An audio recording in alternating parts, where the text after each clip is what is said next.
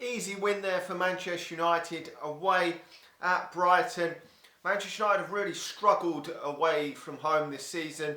Up till recent games, sort of the last 10, 12 games, we really did struggle to win these types of games away from home.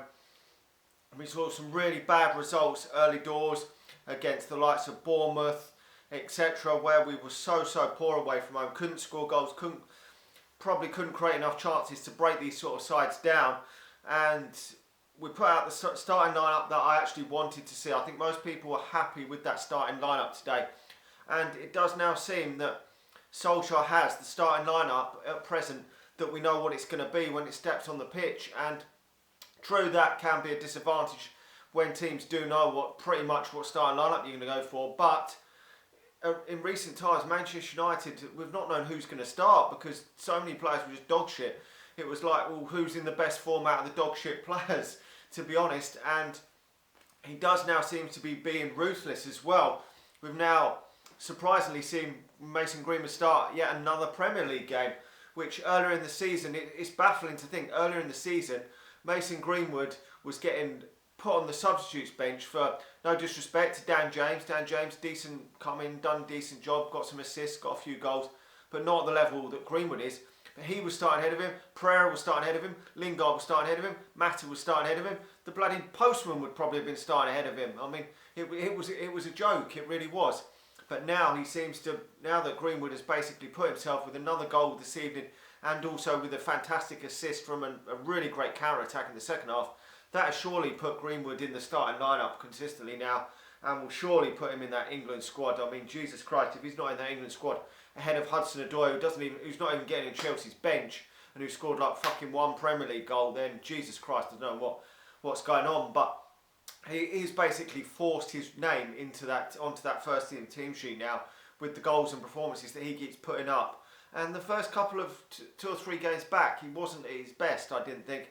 But he's always such a goal threat, and even when he wasn't at his best, we've seen in a couple of them games where he had a shot which was deflected just wide, and he's always looking to score goals.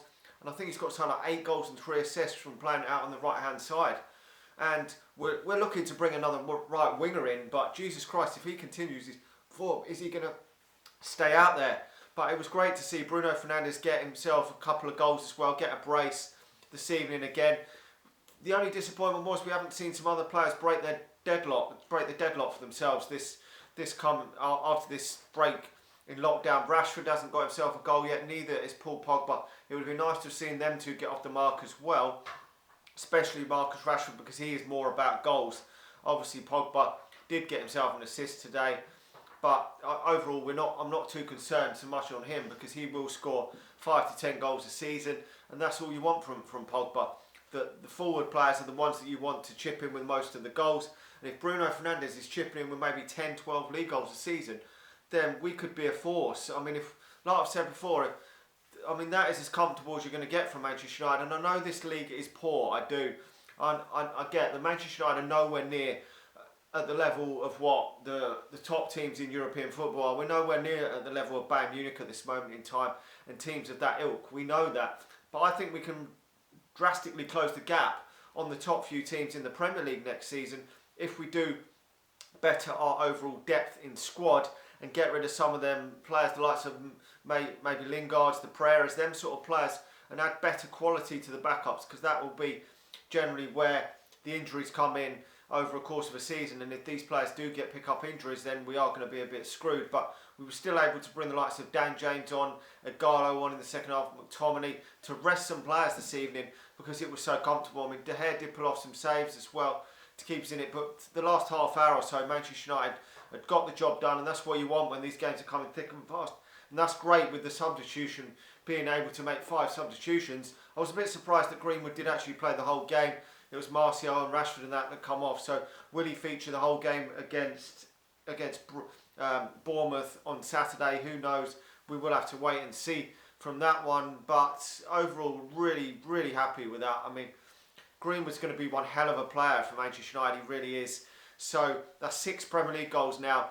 The last teenage 18-year-old to score more than 6 was Wayne Rooney, who got 9 when he was that age. So that is fantastic, and he could go on and get 7 or 8 this season, he really could, because there's still a few games left, and we've got some teams, the likes of Bournemouth, who on paper you'd expect Manchester United to beat. So it is good news, and obviously Bruno Fernandes being able to be taken off in the second half. It's a shame he couldn't get his hat-trick, and I was really excited when we signed him because of the amount of goals he had scored in abroad and the amount of assists he had got abroad.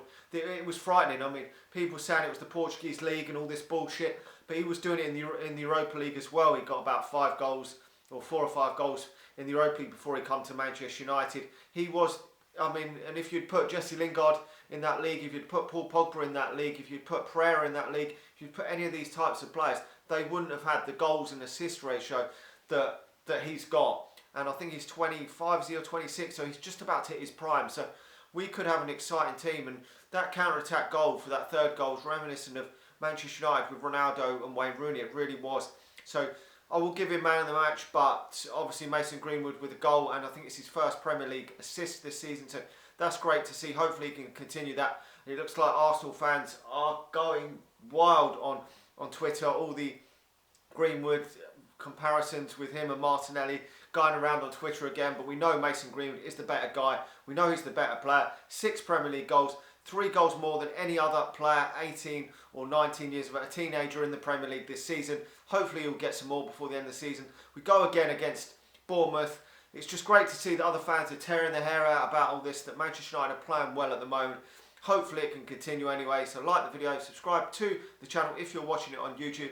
If you're watching this on Facebook, go over to YouTube, All Things Man United, and subscribe. Make sure you subscribe. It is free. Hit the like button as well. It is free. You don't have to pay for it. So make sure you do that, and I'll talk to you all again soon. See ya.